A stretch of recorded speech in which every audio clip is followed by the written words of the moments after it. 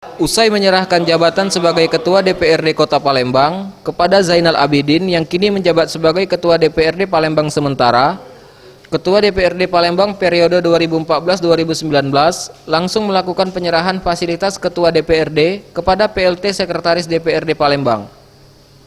Fasilitas yang diserahkan sendiri berupa 1 unit mobil dinas bertipe minibus mewah serta 1 unit laptop pada Senin 30 September 2019. Menurut Ketua DPRD Palembang periode 2014-2019 Darmawan, penyerahan fasilitas yang dilakukan ini adalah untuk memberikan contoh bahwa fasilitas yang ada hanya diperuntukkan bagi Ketua DPRD yang menjabat saja dan jika tidak sudah menjabat harus segera dikembalikan. Ya, hari ini juga saya ingin memulakan ada Velfire, kendaraan dinas tahun 2018 roda 4, dan ada laptop merek HP.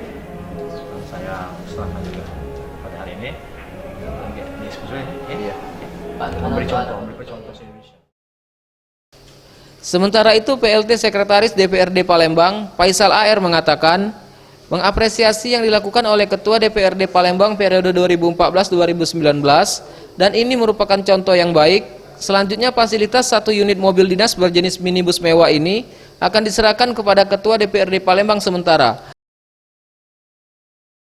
Ya, beliau merasa memberikan contoh teladan. Ya. Jadi ini selanjutnya mobil ini untuk yang baru atau untuk yang baru akan diserahkan hari ini juga. Detik ini juga. Sebentar lagi penyerahannya. Ya. Nah, itu bagus.